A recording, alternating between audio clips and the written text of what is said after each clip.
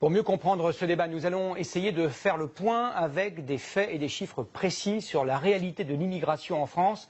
Combien d'étrangers rentrent légalement ou pas dans notre pays? Quels sont leurs droits et leurs devoirs? La France est-elle plus généreuse avec eux que d'autres États membres de la communauté européenne?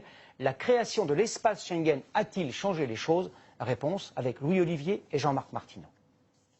L'espace Schengen, 26 pays, 420 millions d'habitants, c'est l'Europe des migrations. Celle qui décide en 1985 de supprimer les frontières intérieures pour mieux contrôler les frontières extérieures. Depuis, cet espace immense a très mauvaise réputation.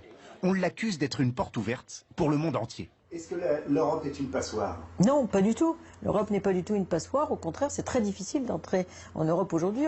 Dans les années 60, la France accueillait 400 000 migrants par an en moyenne, sans contrôle, ou presque. Aujourd'hui, 200 000 personnes obtiennent un titre de séjour chaque année. Des étudiants majoritairement, ou des employés qualifiés. On est loin du cliché qui veut que l'immigration ressemble à ça. Des clandestins, sur des embarcations de fortune. Bien sûr, le phénomène existe, même si beaucoup de clandestins ne font que traverser notre pays. La France a surtout été pendant longtemps la championne européenne en matière de demande d'asile. Plus de 61 000 demandes en France en 2012. Mais depuis l'an dernier, elle est passée derrière l'Allemagne.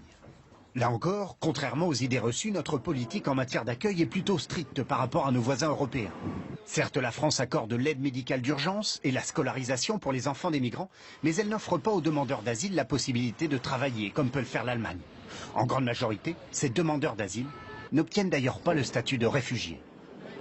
70% des demandeurs d'asile en France, parfois c'est plus, parfois c'est 80, certaines années, n'obtiennent pas le statut de réfugié. C'est-à-dire qu'ils deviennent sans papier à l'issue de leur procédure.